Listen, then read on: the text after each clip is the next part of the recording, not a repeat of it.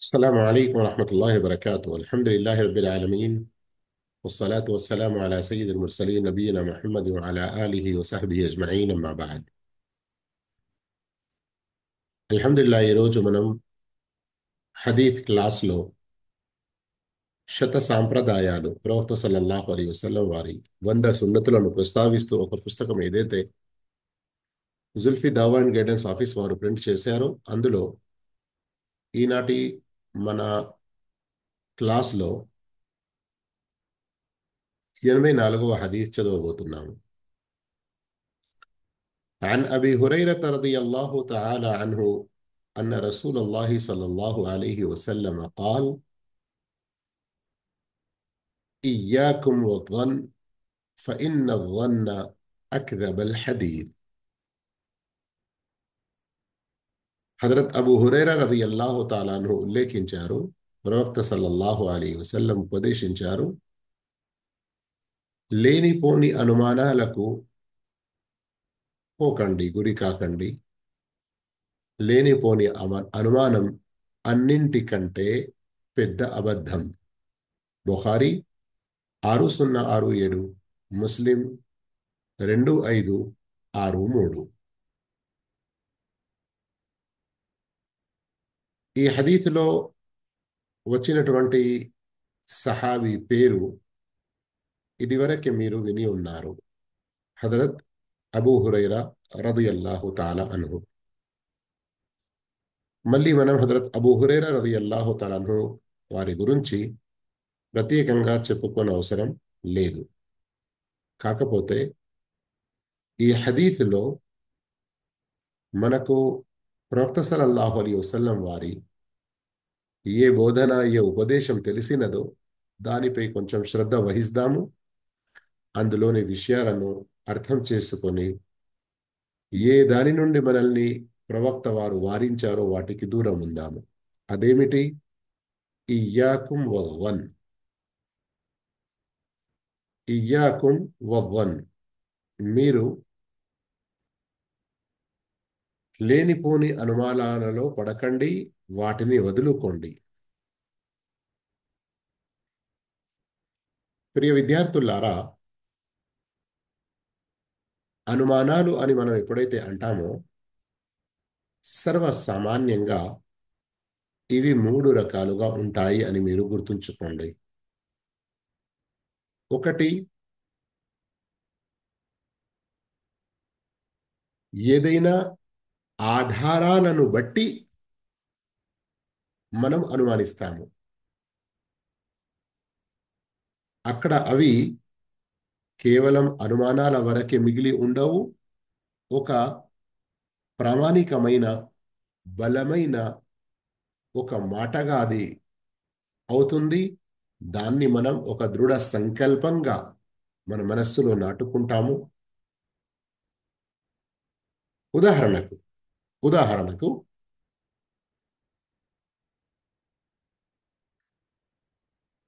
ఒక వ్యక్తి cinema theatre వద్ద లైన్లో నిలబడి టికెట్లు తీసుకున్నది మరియు మెయిన్ గేట్ నుండి లోపలికి ప్రవేశిస్తున్నది మీరు చూశారు. అంతకుముందు వరకు ఆ వ్యక్తి థియేటర్లలో వెళ్ళి ఫిలింలు చూస్తాడు అని మీకు తెలియదు. ఎవరు చెప్పినా కానీ మీరు అతని గురించి ఒక మంచి అభిప్రాయంలోనే ఉన్నారు, లేదు ఇతడు మంచి వ్యక్తి, ఇలాంటి పనులు చేయడు అని. కానీ ఎప్పుడైతే మీరు ఈ విషయం చూశారో, రెండోసారి థియేటర్ ముంగట వేరే ఏదైనా హిట్ ఫిలిం వచ్చినప్పుడు థియేటర్ ముంగట కనబడినా కానీ మీరేమంటారు? అతడు ఫిలిం చూడడానికే వెళ్ళాడు అని. రెండోసారి చూసినప్పుడు మీరు అతడు లోపలికి వెళ్ళింది, టికెట్ తీసుకున్నది ఇవన్నీ చూడలేదు. కానీ మొదటిది మంచి బలమైన ఆధారం ఉంది మీ దగ్గర. రెండోసారి అంతకంటే మంచి ఫిలిం అని ప్రజలు చెప్పుకుంటున్నారు, అందుకొరకు ఇతడు పోయి వచ్చాడు అని మీరు అనుమానించారు.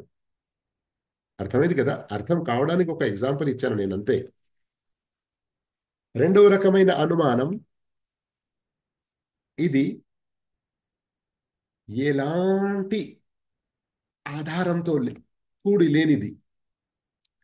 ఏ కొంచెం సాకు, ఏ కొంచెం సబబు కూడా కనబడటం లేదు.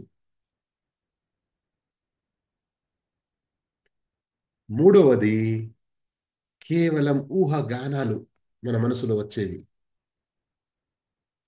అయితే ఏ ఊహాగానాలు వచ్చి వెళ్ళిపోతాయో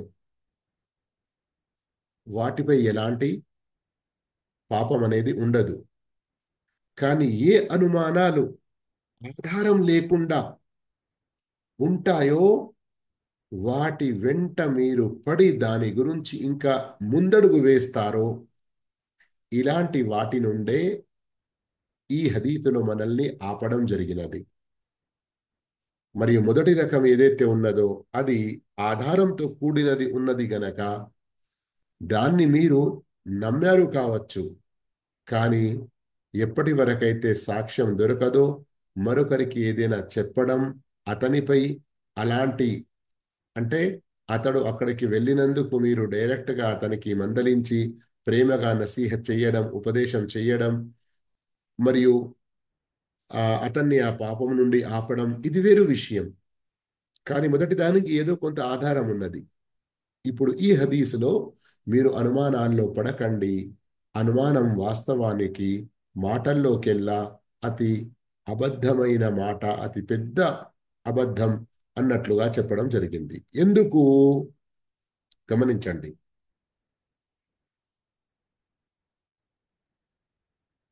దీన్ని మనం కొన్ని ఉదాహరణలతో తెలుసుకుందాము. మరియు ఇలాంటి అనుమానాలను మనము కూడా వదులుకుందాము. ఎప్పుడైతే మనిషి ఈ అనుమానాలను వదులుకోడో అతడు ప్రజల పట్ల ఇలాంటి దురభిప్రాయాల్లో ఉండి, చెడు అనుమానాల్లో ఉండి స్వయం అతను పాపంలో పడతాడు. ఎందుకంటే ఇప్పుడు మనం తెలుసుకున్నాము కదా, ఈ లేనిపోని అనుమానం అన్నది అన్నింటికంటే పెద్ద అబద్ధం అని. ఒకవేళ ఇది వదులుకోకుంటే అబద్ధాల్లోనే కాకుండా ఇంతకంటే ఘోరమైన పాపాల్లోకి ఇది తీసుకెళ్తుంది. అర్థమైందా? ఈ అనుమానాలను మనం వదులుకోకుంటే ఇది ఎక్కడి వరకు తీసుకెళ్తుంది మనల్ని? ఇంతకంటే మరీ ఘోరమైన పాపాల్లో. అందుకొరకే సూరతుల్ హుజరాత్ ఆయత్ నంబర్ 12ను ఒకసారి గమనించండి. అల్లాహు తాలా మనల్ని ఈ అనుమానం నుండి ముందు దూరం ఉండాలి అని ఉపదేశించి నసీహత్ చేసి, ఆ తరువాత దానికంటే పెద్ద పాపాల్లో మనిషి ఏదైతే కూరుకుపోతాడో ఈ అనుమానాలు వదులుకోకుంటే వాటి గురించి తెలియజేశాడు. ఒకసారి సూర్య హుజరాత్లోని ఆయత్ గమనించండి.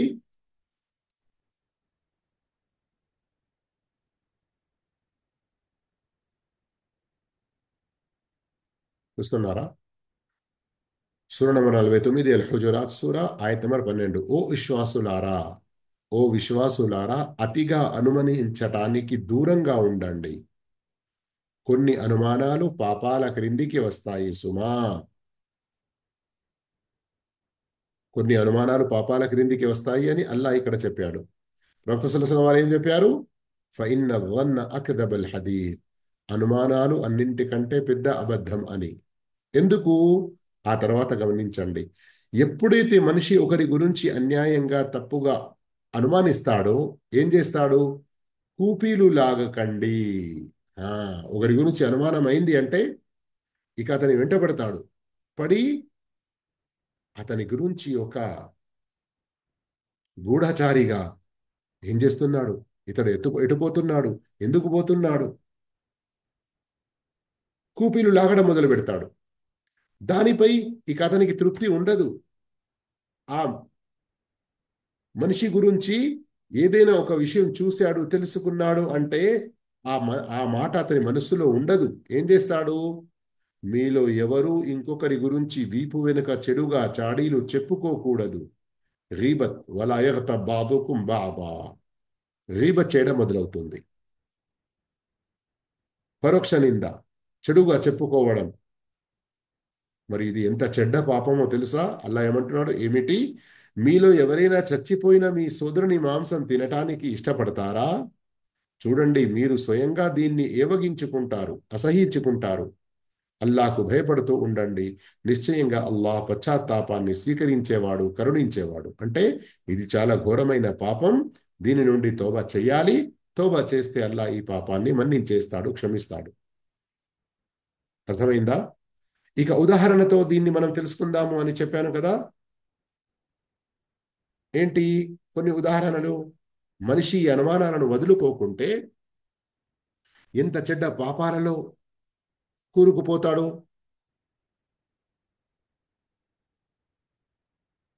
మనిషి, ఒక వేరే మనిషి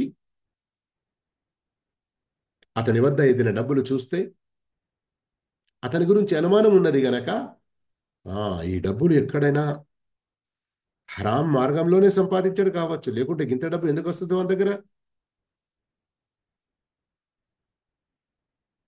కారులో ఒక స్త్రీని చూశాడు.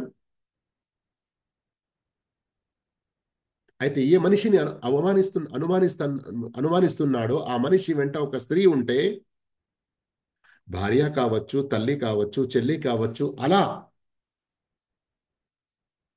మంచి అనుమానం కాకుండా ఏం చేస్తాడు?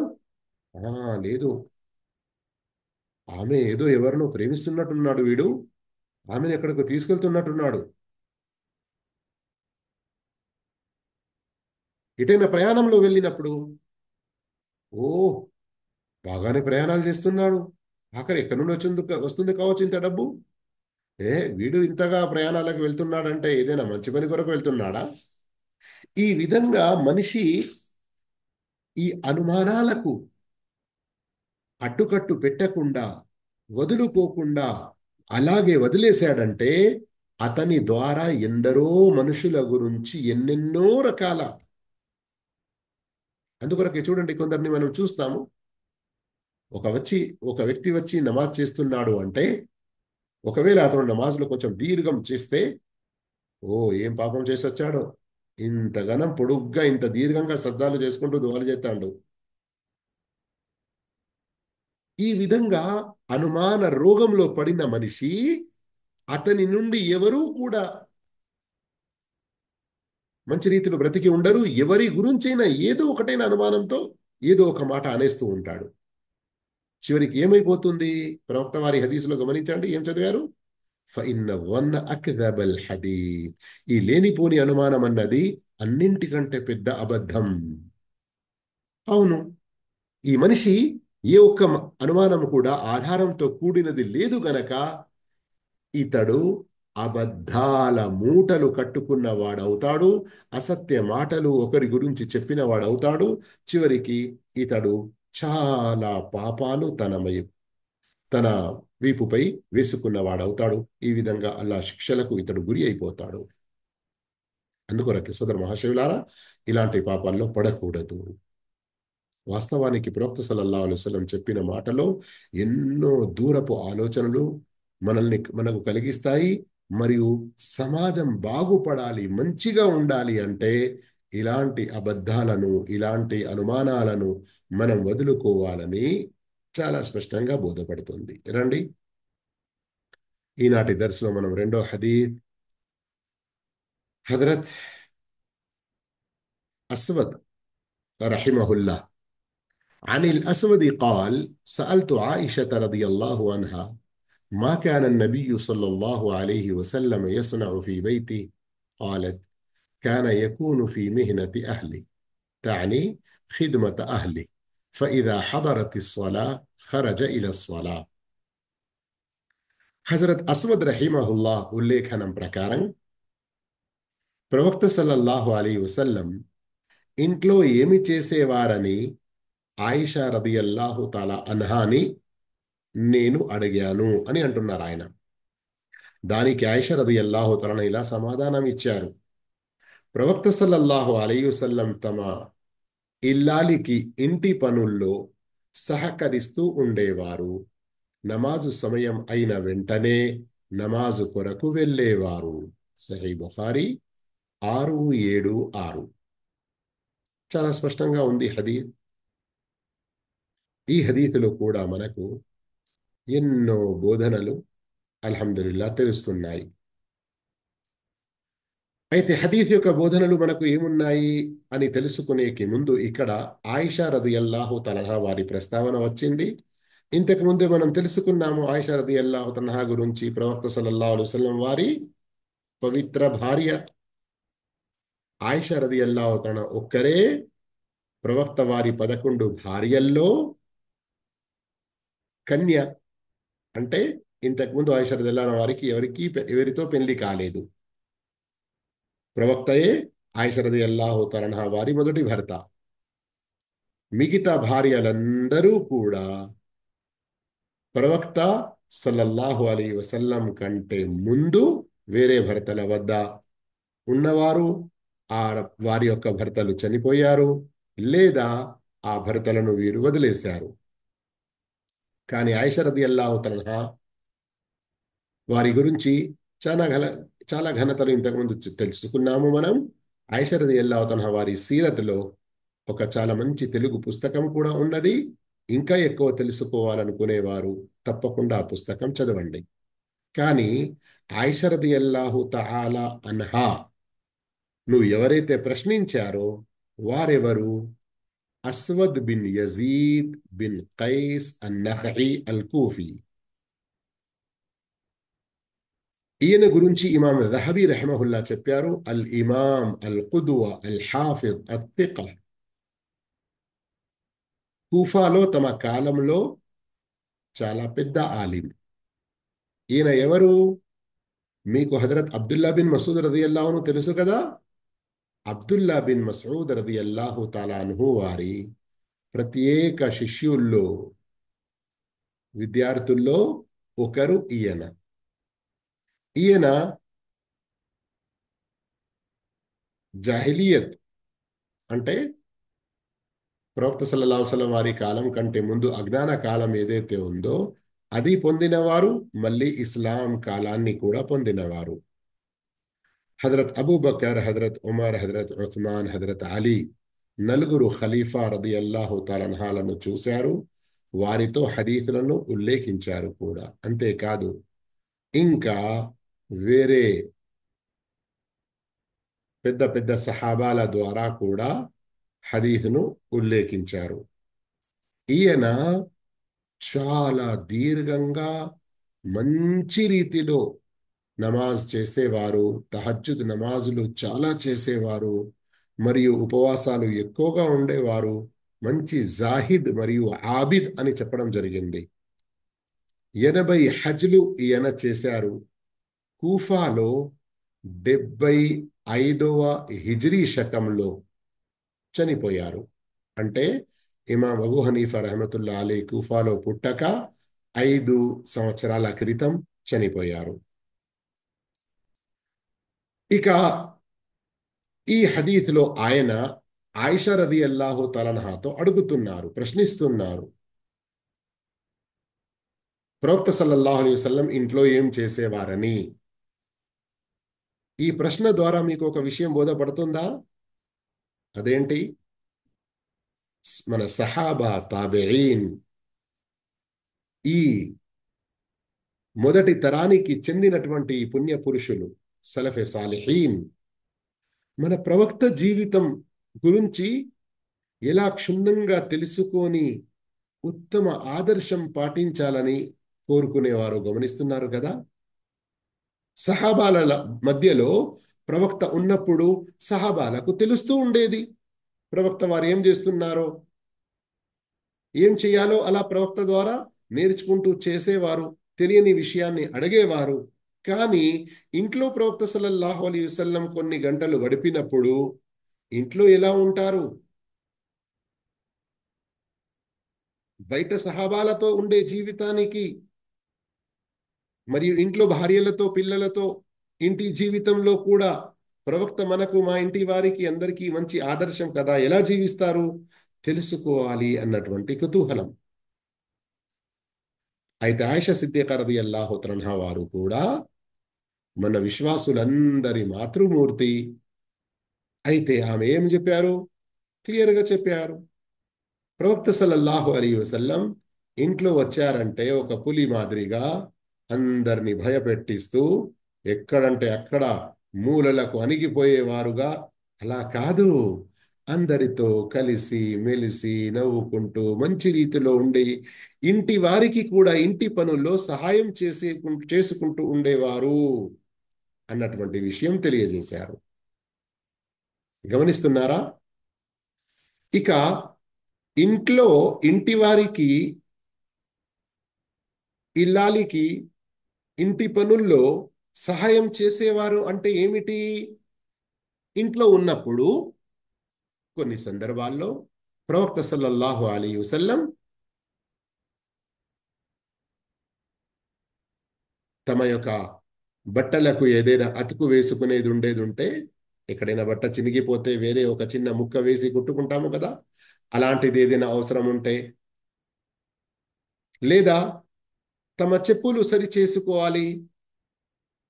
కొందరు ధర్మవేత్తలు కొన్ని ఆధారాలతో ఒకవేళ ఇంటి వారు అనారోగ్యంగా ఉన్నప్పుడు ఇంటిని శుభ్రపరచడం లాంటిది కూడా ప్రవక్త చేసేవారు అని.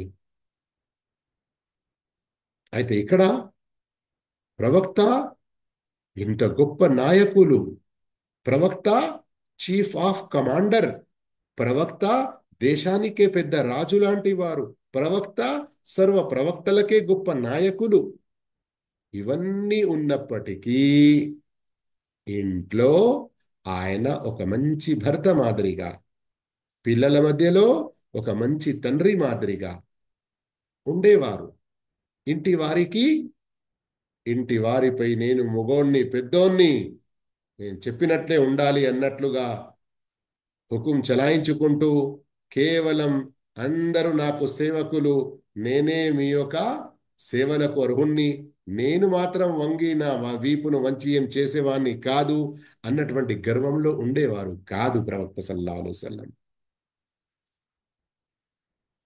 ప్రవక్త వారి ఈ సద్గుణాన్ని తెలియజేస్తూ కొందరు ధర్మవేత్తలు ఈ హదీత్ మూలంగా చెప్పిన ఒక మాట ఏమిటంటే, ఏ ఇంట్లోనైనా ఒక భర్త తన భార్యకు ఇంటి పనుల్లో ఏదైనా సహాయం చేస్తే, ఏంట్రా నీ భార్య నిన్ను సేవకునిగా చేసుకున్నాదిరా, ఏంట్రా నీ భార్యకు నీవు బానిసైపోయావురా, ఏం మంత్రం చేసిందిరా నీ మీద అది అన్నటువంటి కొందరు పెద్దలు ఏ మాటలైతే మాట్లాడేస్తారో వదులుతారో, వాస్తవానికి ఇది తగనిది.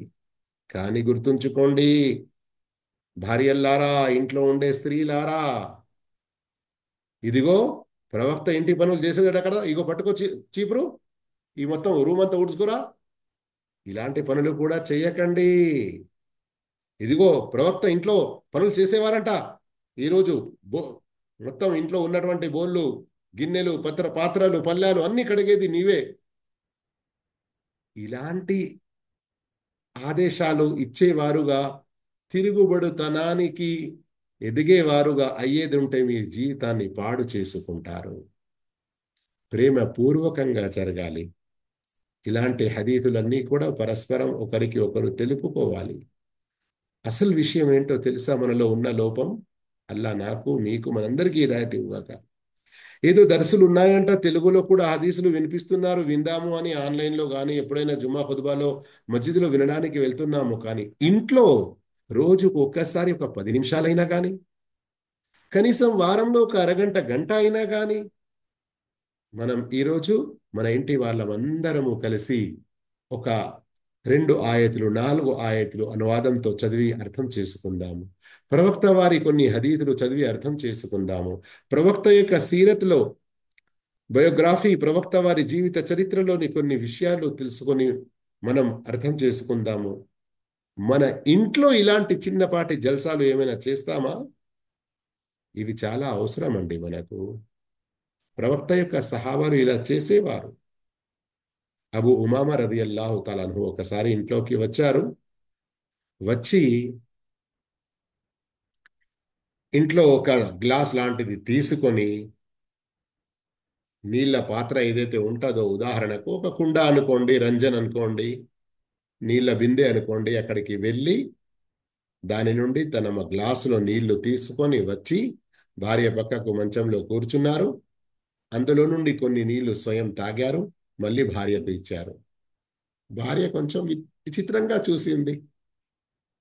మీలో ఎవరెవరైతే వినేవారు భార్యలుగా ఉన్నారో ఒకసారి రొమాంటిక్ మోడ్లోకి వెళ్ళి ఆలోచించుకోండి ఈ సందర్భాన్ని ఎలా ఉంటుందో అని.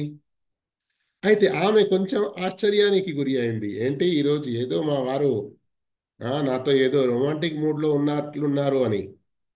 కానీ అల్లాహు అక్బర్, అల్లాహు అక్బర్, ఆమె యొక్క విచిత్ర చూపులను గమనించి వెంటనే చెప్పారు, చూడండి, ఇప్పుడే నేను ప్రవక్త సల్లల్లాహు అలైహి వసల్లం వద్ద నుండి వస్తున్నాను. ప్రవక్త వారు చెప్పారు, ఎవరైతే ఒక గ్లాస్ నీళ్లు త్రాగుతూ అందులో నుండి కొన్ని మిగిలించి తమ భార్యకు ఇస్తారో, త్రాగిపిస్తారో, ఇది కూడా వారి కొరకు ఒక సదకా, ఇది కూడా వారి కొరకు ఒక పుణ్యం. అయితే ఇది విన్న విషయాన్ని నేను వెంటనే ఆచరించి ఆ సదకా, ఆ దానం లాంటి పుణ్యాన్ని పొందాలని కోరుతున్నాను అని. అల్లాహు అక్బర్. ఈ రోజుల్లో ఇలాంటి విషయాలు ఉన్నాయా మన ఇళ్లల్లో? ఎంత అవసరం ఒకసారి గమనించండి. ఈ విధంగానే ప్రేమలు పెరుగుతాయి. కానీ నేను ఇంతకుముందే చెప్పినట్లు స్త్రీలకు సంబంధించి ఏదైనా మాట వచ్చింది అంటే భర్తలు వెంటనే ఆ మీ పంతులు ఏదో చెప్పారట కదా, అవును నేను కూడా అది ఏదో నువ్వు చెప్పినందుకు విన్నాను యూట్యూబ్లో, నీ గురించి చెప్పాడు, నువ్వు చేస్తున్నావా నా గురించి ఎట్లా అని తిట్లతో మొదలు పెట్టడం. నీవు నాకు అలా చేయలేదు, అలా చేయలేదు అని. అలాగే ఈరోజు అంతా భర్తలకే చాలా మంచిగా దండించారు, మంచిగా వారికి చురకాలు ఇచ్చారు అని భార్యలు వెళ్ళి భర్తలకు చెప్పడం, నువ్వు ఇది చెయ్యి, నువ్వు అది చెయ్యి అనుకుంటూ. ఈ విధంగా జరగవండి. ప్రేమపూర్వకంగా ఆ విషయాలు కలిసి మెలిసి చదవాలి, నేర్చుకోవాలి, వినిపించుకోవాలి. ఎవ- ఎదుటి వారి నుండి, అంటే భార్య భర్త నుండి, భర్త భార్య నుండి నువ్వు నాకు ఇది చేయడం లేదు, నువ్వు నాకు ఇది చేయడం లేదు అనుకునే దానికి బదులు తాను ఏది చేయగలుగుతాడో చేసి అల్లా వద్ద పుణ్యం పొందే ప్రయత్నం చేయాలి. ఈ విధంగా ప్రేమలు పెరుగుతాయి. ఇంకా హదీస్ పూర్తి కాలేదండి, చాలా ముఖ్యమైన విషయం ఉంది మరొకటి. చూస్తున్నారు కదా మీరు, హదీస్ అలాగే పెట్టి ఉంచాను నేనైతే. ఏముంది? ప్రవక్త సల్లల్లాహు అలైహి వసల్లం తమ ఇల్లాలికి ఇంటి పనుల్లో సహకరిస్తూ ఉండేవారు. నమాజు సమయం అయిన వెంటనే నమాజు కొరకు వెళ్ళేవారు. అల్లాహు అక్బర్, అల్లాహు అక్బర్ అని అజాన్ వినబడింది. ఇక భార్య పెద్దది కాదు, అల్లాహ్ పెద్దవాడు. ఇంటిలోని పనులు పెద్దవి కావు, అల్లాహ్ చాలా పెద్దవాడు. నా దుకాణం, నా వ్యాపారం పెద్దది కాదు, అల్లాహ్ చాలా గొప్పవాడు. ఇంట్లో నాకు ఇష్టమైన ఈరోజు క్రికెట్ మ్యాచ్ వస్తుంది, నాకు చాలా ప్రియమైన నా ప్లేయర్ బౌలింగ్ చేస్తున్నాడు, ఆడుకుంటున్నాడు అని.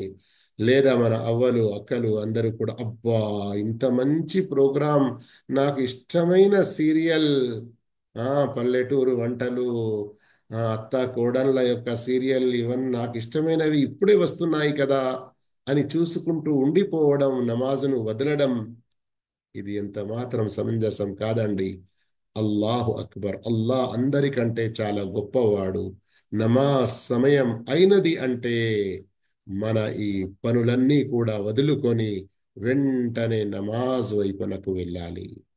వేరే కొన్ని ఉల్లేఖనాల్లో వస్తుంది, అటు నమాజ్ సమయం అయింది అంటే ఇక మేము ఎవరో, ప్రవక్త ఎవరో మాకు తెలియనట్లుగా ప్రవక్త నమాజు కొరకు త్వరగా వెళ్ళేవారు. అంటే అక్కడ భావం ఏంటి? ప్రవక్త సల్లల్లాహు అలైహి వసల్లం ఇంట్లో ఉన్నప్పుడు ఇంటి వారికి అంత ప్రేమ చూపించేవారు. వారితో అంత మంచిగా మెదిలేవారు. కానీ నమాజ్ సమయం అయిన వెంటనే అల్లా ప్రేమ నిదర్శన చూపే ఈ సమయం వచ్చింది, ఇక అటువైపున పరిగెత్తేవారు. అందుకొరకు ఏ ఇంట్లో భర్తలు నమాజు చెయ్యరో, స్త్రీలు చేస్తున్నారో, గౌరవంగా ఇలాంటి విషయాలు తెలియజేసి వినిపించి ఏదైనా ప్రేమగా ఒక 4, 5, 10 ఆ మంచి హార్ట్ సింబల్స్ వారి వాట్సాప్కు పంపి మధ్యలో ఇలాంటి హదీఫ్ పంపి నమాజ్ గురించి ప్రోత్సహించండి. అలాగే భర్తలు నమాజు చేసేవారు ఉన్నారు, కానీ భార్యలు బద్ధకం వహిస్తున్నారు. వారికి కూడా అల్లా ఆదేశం ఏదైతే ఖురాన్లో కూడా ఇచ్చాడో, వఅముర్ అహ్లక బిస్సలాతి వస్తబిర్ అలైహా, నీ ఇంటి వారికి నమాజ్ గురించి ఆదేశించు, మరి నీవు కూడా స్వయంగా నమాజును స్థాపించు, దానిపై స్థిరంగా ఉండి పాటిస్తూ ఉండు. ఇలాంటి ఆయతులు పంపి నమాజ్ గురించి వారికి ప్రేమగా చెబుతూ ఉండాలి. చెప్పుకుంటూ పోతే విషయాలు చాలా ఉంటాయి, కానీ మనం వేరే ఒక ప్రసంగం కాదు చేస్తున్నది, హదీత్ యొక్క దర్స్ గనక సంక్షిప్తంగా హదీత్ ద్వారా మనకు బోధపడుతున్న విషయాల్ని మనం గ్రహించాలి. మన యొక్క విశ్వాస పరంగా కానివ్వండి, మన యొక్క వైవాహిక జీవిత పరంగా కానివ్వండి, మన యొక్క సామాజిక పరంగా కానివ్వండి, మన యొక్క లావాదేవీల్లో కానివ్వండి, మన యొక్క క్యారెక్టర్ ప్రవర్తనకు సంబంధించింది కానివ్వండి, అన్నిట్లో మనం సంస్కరణ అనేది చేసుకుంటూ మంచి మార్పు ఏదైతే ఉంటుందో అది మనం చేస్తూ ఉండాలి. ఈ రోజు దర్సులోని మూడవ హదీత్ عن أبي هريرة رضي الله عنه عن النبي صلى الله عليه وسلم قال: الفطرة خمس أو خمس من الفطرة: الختان والاستحداد وتقليم الأظفار ونتف الإبط وقص الشارب. అబూ హురైరా రదియల్లాహు తాలాను ఉల్లేఖించారు, ప్రవక్త సల్లల్లాహు అలైహి వసల్లం ఇలా సెలవిచ్చారు: ప్రకృతికి అనుగుణమైన 5 విషయాలు ఉన్నాయి. అల్ ఫిత్రతు ఖమ్సున్, ప్రకృతి పరమైన విషయాలు 5 ఉన్నాయి. ఔ ఖమ్సుం మినల్ ఫిత్ర, 5 విషయాలున్నాయి, అవి ప్రకృతి గుణాల్లో సహజ సిద్ధమైన లేదా స్వాభావిక గుణాల్లో నివి. ఒకటి ఖత్నా, వడుగులు చేయడం. రెండవది నాభి క్రింది వెంట్రుకలు తీసివేయడం. మూడవది చంకలోని వెంట్రుకలు తొలగించటం. నాలుగవది గోళ్ళు కత్తిరించడం. ఐదవది మీసాలు కత్తిరించడం. సహీ బుఖారీ 5889, సహీ ముస్లిం 2557. ప్రియ విద్యార్థులారా, అబూ హురైరా రదియల్లాహు తఆలా వారి గురించి ఇంతకుముందే మనం ఎన్నో సందర్భాల్లో తెలుసుకుని ఉన్నాము కనుక మళ్ళీ చెప్పనవసరం లేదు. షేఖ్ ఇబ్న్ ఉథైమీన్ రహిమహుల్లా చెప్పారు, హదీస్లో ఇలాగే వచ్చింది: అల్ ఫిత్రతు ఖమ్సున్, ప్రకృతి పరమైన సహజ సిద్ధమైన విషయాలు 5 అని, ఔ ఖమ్సున్ మినల్ ఫిత్ర, లేదా 5 విషయాలు సహజ సిద్ధ విషయాల్లోనివి. సహజ సిద్ధ విషయాలు, ప్రకృతిపరమైన విషయాలు అంటే ఏంటి? అల్లాహు తాలా సర్వ మానవులను, ఏదో ఒక్కరిని కాదు, సర్వ మానవులను దాని ప్రకారంగా ఆచరించడం అన్న విషయం వారి మనస్సుల్లో వేసి ఉన్నాడు. వాళ్ళు అలా ఆచరించడాన్నే సరి అయిన పద్ధతిగా భావిస్తారు. అయితే ఎవరైతే దీనికి విరుద్ధంగా చేస్తున్నారో, వాస్తవానికి వారు స్వయంగా ఈ ప్రకృతి పరమైన విషయాన్ని కావాలని వదులుతున్నారు.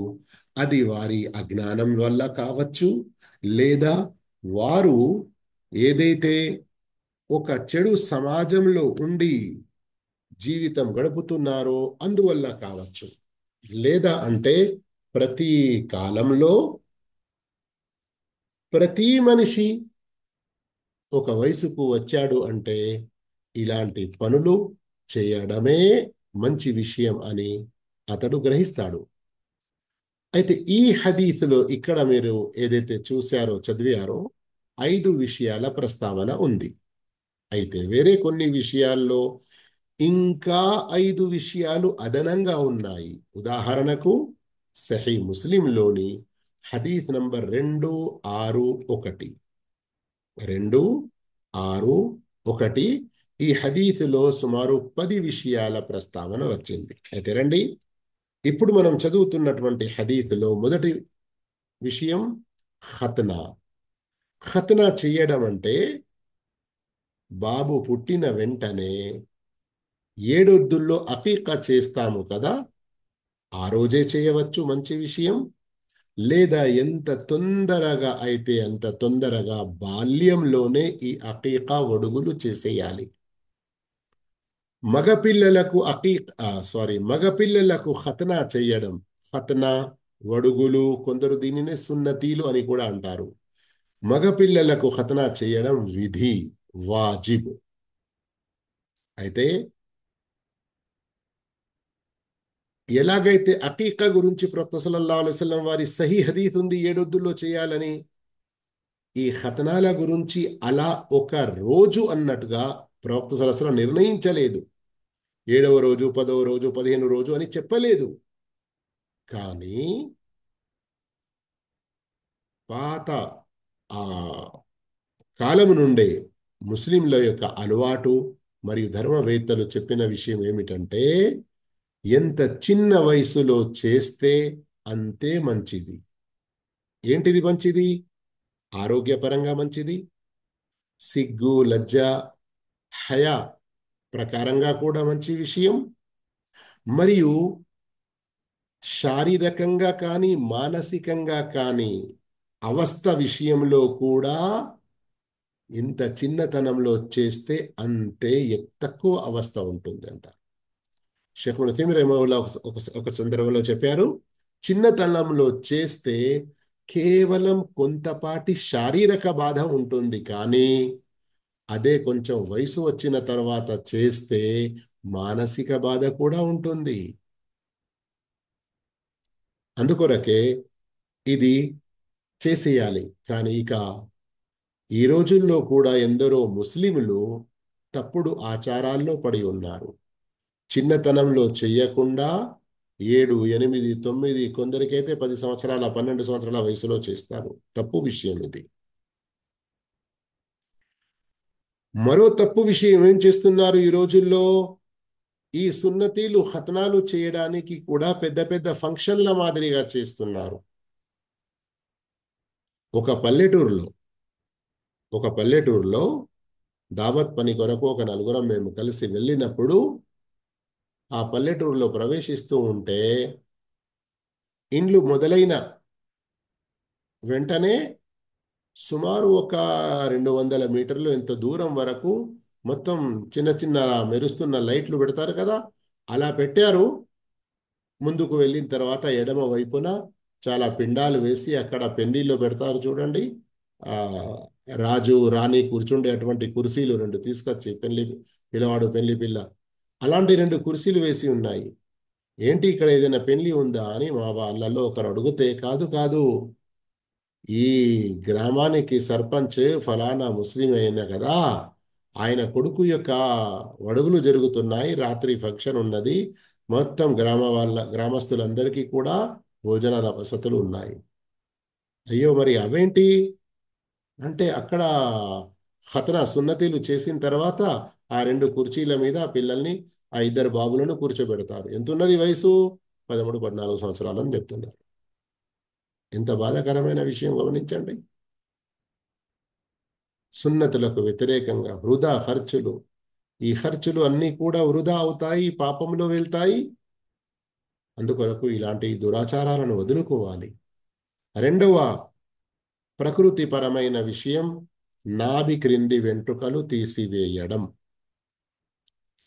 సర్వసామాన్యంగా మగ పిల్లలు కానివ్వండి, ఆడపిల్లలు కానివ్వండి, వారు యవ్వనంలో అడుగు పెట్టారు అన్నదానికి మొత్తం టోటల్ 4 చిహ్నాలు ఉంటాయి. వాటిలో ఏ ఒక్కటి ఏర్పడినా ఈ బాలుడు యవ ఒక యువకుడు. ఇప్పటి వరకు మనం బాలిక, ఆడపిల్ల అని ఏదైతే అన్నామో ఆమె ఇక నుండి ఒక యువతి, ఒక స్త్రీ. ఏంటి 4 గుర్తులు? 3 గుర్తులు మగపిల్లలు, ఆడపిల్లలు ఇద్దరిలో సమానం. ఈ మూడిట్లో ఏ ఒక్కటి వచ్చినా వారు పెద్దవారైనట్లే. మరొకటి 4వది కేవలం ఆడపిల్లలకే ప్రత్యేకం. ఇక ఆడపిల్లలకే ప్రత్యేకం అన్నది అందరికీ తెలిసిందే. నెలవారీ రక్తస్రావం మొదలవడం, హైద్ లేదా బహిష్టు అని అనడం జరుగుతుంది దానిని. ఇక ఇది ఏ వయసులో ప్రారంభమైనా అక్కడి నుండే ఆమె ఒక బాధ్యురాలు అయిపోయినది. ధర్మ ఆదేశాలకు ఆమె ఒక అయినది. అక్కడి నుండి ఆమె యొక్క లెక్కపత్రం అన్నది కూడా మొదలవుతుంది. అన్ని ఆచరణలు అన్ని కూడా రాయబడుతున్నాయి. ఇక మిగతా 3 విషయాలు, అందులో ఒకటి నాభి క్రింద, నాభి చుట్టూన, అంటే మర్మాంగం చుట్టూన, నాభి కింద మర్మాంగం చుట్టూన వెంట్రుకలు మలవడం. ఇది ఏ వయసులో ప్రారంభమైనా ఆ వయసు నుండే వారు అడుగు పెట్టినట్లు యవ్వనంలో. మూడవది స్వప్నస్ఖలనం, మని కామముతో, షహవత్తో వెళ్ళడం, నిద్రలోనైనా మేలుకొని ఉండడం, ఉన్న సందర్భంలోనైనా. ఇక ఎవరికైనా ఆడపిల్లల్లో బహిష్టు రాలేదు, మొదలు కాలేదు, లేదా ఆడపిల్లలు కానివ్వండి, మగపిల్లలు కానివ్వండి, నాభి వెంట్రుకలు మొలవలేదు, మరియు స్వప్నస్ఖలనం కూడా జరగలేదు. కానీ 15 సంవత్సరాల వయస్సు నిండిపోయింది, 16లో అడుగుపెట్టారు. ధర్మ ప్రకారంగా వారు యవ్వనంలో అడుగు పెట్టినట్లే. దైవదూతలు ఇక వారి యొక్క కర్మలన్నీ రాయడం మొదలు పెడతారు. ప్రభుత్వ పరంగా 18 సంవత్సరాలు అని మేజర్ అన్నట్టుగా పెట్టుకున్నారు. కానీ ఇస్లాం ధర్మ ప్రకారంగా ఈ 3 విషయాలు ఏవైతే చెప్పడం జరిగిందో, నాభి క్రింది వెంట్రుకలు మొలవడం కానివ్వండి, లేదా ఆడపిల్లలకు బహిష్టు మొదలవడం కానివ్వండి, లేదా ఇద్దరికి స్వప్నస్ఖలనం జరగడం, ఈ మూడిట్లో ఏ ఒక్కటి సంభవించకుండా 15 సంవత్సరాల వయసు నిండింది అంటే యవ్వనంలో అడుగు పెట్టినట్లే. ఈ మూడవ ప్రకృతిపరమైన విషయం చంకలోని వెంట్రుకలు తొలగించడం. ఇది కూడా వయసులో వచ్చిన తర్వాత నుండి మొదలవుతాయి. స్త్రీలకు, పురుషులకు అవి తప్పకుండా తీయాలి. అలాగే గోళ్ళు కత్తిరించడం. గోర్లు కత్తిరించడం తెలిసిన విషయమే. కనీసం వారం 10 రోజులకు ఒకసారి కత్తిరించుకోవాలి, గోర్లు తీసుకోవాలి. గోర్ల కింద ఏదైతే మైలా జమ అవుతుందో దాని మూలంగా విషం అనేది పెరుగుతుంది, నష్టం అనేది జరుగుతుంది. 5వ విషయం మీసాలు కత్తిరించడం. ఇది ప్రత్యేకంగా పురుషులకు. ఇక్కడ మనం చదివినటువంటి 5 విషయాల్లో 2, 3, 4 స్త్రీలకు, పురుషులకు అందరికీ వర్తిస్తాయి. కానీ ఖత్నా అన్న విషయం ఇది మగ పిల్లలకు విధిగా ఉన్నది. మరియు మీసాలు కత్తిరించడం కనీసం వారం 10 రోజుల్లో ఇది కూడా చేస్తూ ఉండాలి పురుషులు. ఇక్కడ మీసాలు అని ఏవైతే అనడం జరుగుతుందో, పెదవులు ఏవైతే ఉన్నాయో, పై పెదవులు మనం సర్వసామాన్యంగా చూస్తాము. పెదవుల ఒక అంచు ఉంటుంది కదా, దానిపైన వెంట్రుకలు మొలుస్తాయి, దాని కింద మెలవవు కదా. అయితే దాని కిందికి వెంట్రుకలు పెరగడం మొదలవుతే అవి కట్ చేసేయాలి, అవి కట్ చేసేయాలి. ఇక సహీ ముస్లిం షరీఫ్లో ఇంకా అదనంగా 5 విషయాలు ఏవైతే వచ్చి ఉన్నాయో, పురుషులు గడ్డాన్ని దాని స్థితిలో వదలడం, ఏమాత్రం కట్ చేయకుండా, ట్రిమ్మింగ్ చేయకుండా, చిన్నగా చేయకుండా. 7వ విషయం మిస్వాక్ చేయడం. ఎనిమిదో విషయం, ముక్కులో నీళ్లు ఎక్కించి శుభ్రపరచడం. తొమ్మిదో విషయం, మలమూత్ర విసర్జన తర్వాత పరిశుభ్రం చేయడం నీళ్లతో. పదో విషయం, మన ఈ చేతుల్లో, కాళ్ళల్లో ఎక్కడెక్కడైతే కొంచెం మైల, మట్టి లాంటిది జమ అయ్యేటువంటి ప్రమాదం ఉన్నదో అక్కడ శుభ్రంగా కడగడం. అంటే వేళ్ళ మధ్యలో కానివ్వండి, మోచేతుల లోపలి భాగం కానివ్వండి, ముఖాళ్ళ లోపలి భాగం.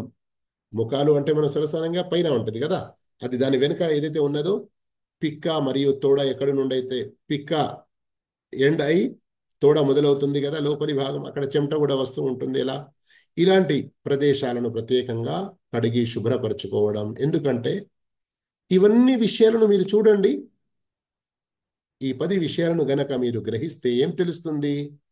ఇస్లాం ధర్మం, తౌహీద్, సున్నత్, నమాజ్, ఉపవాసాలు, జకాత్, తల్లిదండ్రుల సేవ, ఇంకా వేరే ఎన్నో విషయాల గురించి బోధిస్తుంది కదా. మనిషి తన యొక్క తన యొక్క ఫిజికల్ గా కూడా మంచిగా కనబడాలి, మంచిగా ఉండాలి, శుభ్రంగా ఉండాలి అన్నటువంటి విషయం గురించి బోధిస్తుంది.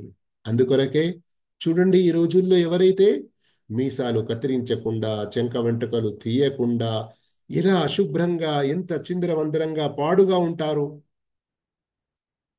కానీ నౌజు బిల్లా, అస్తగ్ఫిరుల్లా, ధర్మ జ్ఞానానికి దూరమై మన సృష్టికర్త అయిన అల్లాహ్,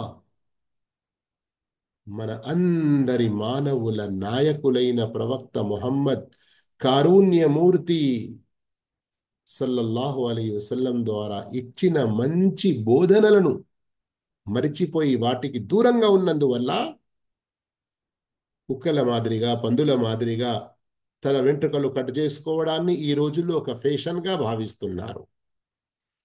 అటు ఇటు వైపు నుండి మొత్తం గడ్డాన్ని కట్ చేయడం, ఈ చెంపల మీద ఉండద్దు, కింద ఉండద్దు, అటు ఉండద్దు, ఇటు ఉండద్దు, గడ్డం దాని స్థితిలో ఉంటే పాడుగా కనపడతారు అని మొత్తం ట్రిమ్ చేస్తూ అటు నుంచి ఇటు నుంచి దాన్ని జివా చేస్తూ, అస్తగ్ఫిరుల్లా, ప్రవక్త సున్నత్కు వ్యతిరేకం. ప్రతి ఒక్కరూ తన ఇష్టానుసారం చేసేసరికి ఇంకా ఎంత పాడుగా మారిపోతుంది పరిస్థితి. కానీ అదే ప్రవక్త సల్లల్లాహు అలైహి వసల్లం ఏదైతే చెప్పారో, అక్రీము షహరకుం, మీ వెంట్రుకలను కూడా మీరు జాగ్రత్తగా చూసుకోండి. కనీసం వారంలో ఒకసారి మనం తలకు మంచి నూనె పెట్టి దూసుకోవాలి అన్నటువంటి పద్ధతి కూడా మనకు నేర్పడం జరిగింది కదా. అలాగే గడ్డం వెంట్రుకలను కూడా మంచి రీతిలో మనం దూచుకుంటూ, దువ్వెనతో సరిచేసుకుంటూ మంచిగుంచుకునే ప్రయత్నం చేయాలి. కానీ వెంట్రుకలు అటులేస్తున్నాయి, ఇటులేస్తున్నాయి అని గడ్డాన్నే కత్తిరించడం, అసలైన ఫిత్రత్కు వ్యతిరేకం పాటించి అల్లా యొక్క దృష్టిలో చెడ్డవాళ్ళుగా ఎందుకు మారాలి? అల్లా అందరికీ హిదాయత్ ప్రసాదించుగాక. 87వ హదీస్ عن سهل بن سعد رضي الله عنه عن النبي صلى الله عليه وسلم قال: أنا وكافل اليتيم في الجنة هكذا، وقال بإصبعيه السبابة والوسطى. ప్రవక్త సల్లల్లాహు అలైహి వసల్లం ఈ శుభవార్త ఇచ్చారని సహల్ బిన్ సఅద్ రదియల్లాహు తాలా అన్హు ఉల్లేఖించారు. నేను మరియు అనాథల సంరక్షకుడు స్వర్గంలో ఇలా ఉంటాము, ఇలా ఉంటాము అని ప్రవక్త సల్లల్లాహు అలైహి వసల్లం చూపుడు వ్రేలు మరియు మధ్య వ్రేలును కలిపి చూపించారు. వేరే హదీసులో వస్తుంది, మధ్యలో చిన్నగా గ్యాప్ ఉంచారు. బుఖారీ 6005. ఈ హదీసులో సహాబీ పేరు మీరు విన్నారు, సహల్ బిన్ సఅద్ రదియల్లాహు తాలా అన్హు అని. ఈ సహల్ బిన్ సఅద్ రదియల్లాహు తాలా అన్హు, ఈయన గురించి ఇమాం దహబీ రహమహుల్లా చెప్పారు, అల్ ఇమాం అల్ ఫాదిల్ అల్ ముఅమ్మర్, చాలా పెద్ద వయసు పొందినటువంటి సహాబీ, మరియు ఈయన కూడా అందరికీ ఒక మంచి ఆదర్శం గల సహాబీ. ప్రవక్త సల్లల్లాహు అలైహి వసల్లం వారి సహాబాలలో మదీనా నగరంలో చనిపోయిన చిట్ట చివరి సహాబీ మదీనాలో. ఈ విషయం గమనించండి. కొన్ని సందర్భాల్లో నగరాల ప్రకారంగా, పట్టణాల ప్రకారంగా చెప్పడం జరుగుతుంది. అందరూ సహాబాలలో చివరిగా చనిపోయిన వారు అబు తుఫైల్ అన్నటువంటి పేరు వస్తుంది. ఎవరి పేరు వస్తుంది? అబు తుఫైల్. కానీ మదీనాలో చిట్ట చివరి సహాబీ ఎవరైతే చనిపోయారో ఈ సహల్ ఇబ్న్ సహద్ అని పేరు వస్తుంది. ఇతని యొక్క తండ్రి కూడా సహాబాలలో ఒకరు. ఆయన అంటే సాద్ రదియల్లాహు అన్హు, ఆయన ప్రవక్త కాలంలోనే చనిపోయారు. ఈ సహల్ ప్రవక్త చనిపోయే సందర్భంలో 15-16 సంవత్సరాల నవయువకులు అన్నటువంటి ప్రస్తావన వస్తుంది. అయితే ఈయన కూడా ప్రవక్త సల్లల్లాహు అలైహి వసల్లం వారి కొన్ని హదీతులను ఉల్లేఖించారు. అందులో ఈ ఒక హదీత్ ఏదైతే ఇప్పుడు మనం వింటున్నామో. అయితే ఈ హదీతులో ఏం చెప్పడం జరిగింది? అనాథలను మన సంరక్షణలో తీసుకోవడం, మన బిడ్డలు మన పిల్లలతో పాటు వారిని కూడా పోషించడం, వారికి మంచి శిక్షణ ఇవ్వడం, మంచి చదువు విద్యా బుద్ధులు నేర్పడం, ఇది చాలా చాలా గొప్ప పుణ్యకార్యం. మానవుల్లో అనాథాన్ని ఎవరిని అనడం జరుగుతుంది? ఎవరి చిన్నతనంలోనైతే వారి తండ్రి చనిపోతాడో అతన్ని అనాథ అని అనడం జరుగుతుంది. చిన్నతనంలో, యవ్వనంలో వచ్చిన తర్వాత అతన్ని తండ్రి చనిపోతే అతన్ని అనాథ అని అనడం జరగదు.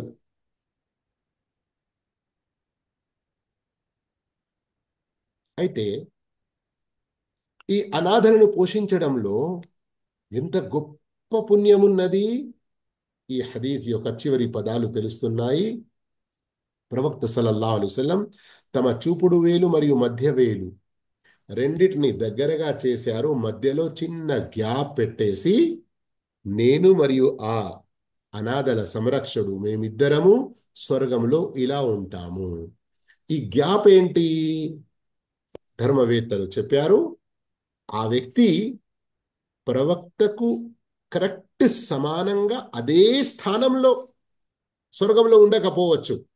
ఎందుకంటే ప్రవక్త కాదు, ప్రవక్తల నాయకులు ముహమ్మద్ సల్లల్లాహు అలైహి వసల్లం ఆయనకు జన్నతుల్ ఫిర్దౌస్లో అత్యంత ఉన్నతమైన ఉత్తమమైన స్వర్గంలోని మధ్య స్థానంలో చాలా గొప్ప స్థానం ఉంటుంది.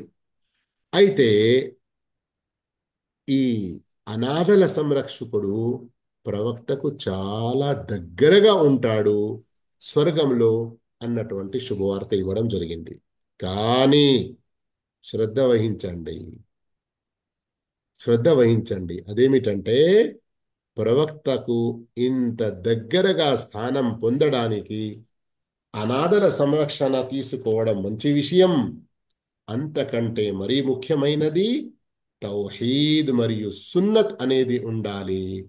షిర్క్ మరియు బిదాత్లో ఉంటే మనిషి ఈ యొక్క గొప్ప ఫలితాన్ని పొందడంలో వెనుక ఉండవచ్చును. అందుకొరకే సోదర మహాశయులారా, సోదరి మనులారా, ప్రియ విద్యార్థులారా, అనాథల సంరక్షణ అన్నది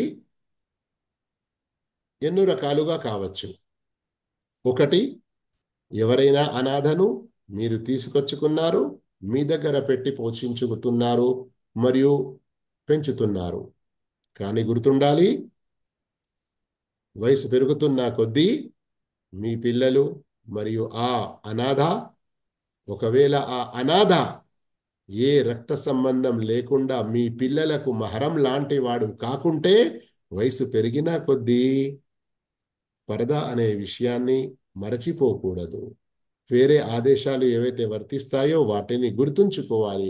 అయ్యో, చిన్నప్పటి నుండి నా దగ్గరే మా పిల్లలతోనే పెరిగాడు కదా అని ఇస్లాం యొక్క వేరే ఆదేశాలను తుంగలో తొక్కకూడదు. సంరక్షణలో తీసుకునే మరొక విషయం ఏముంటుంది? ఉదాహరణకు ఒక అనాథల ఆశ్రమం ఉంటుంది, మర్కజ్ ఐతాం అని అంటాము కదా. అలాంటి చోట మీరు కనుక్కొని ఏదైనా సహాయం అందించడం, ఒక పూర్తి ఒక్కరు ఇద్దరు, వారికి నెలకు సంవత్సరానికి ఎంత ఖర్చు అవుతుందో ఆ ఖర్చు భరించడం కావచ్చు, లేదా మీకు ఎంత స్థోమత ఉన్నదో అంత ఆ సంస్థకు, ఆ సెంటర్కి దానం చేయడం. ఈ విధంగా కూడా వారి యొక్క పోషణలో, వారి యొక్క సంరక్షణలో మీరు పొత్తు కలిసిన వారు అవుతారు. అర్థమైంది కదా.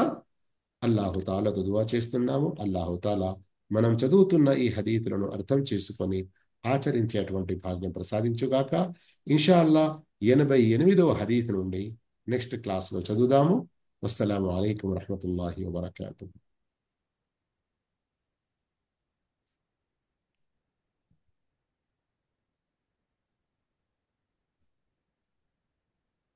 ఎవరు వద్ద ఏదైనా शेख अस्सलाम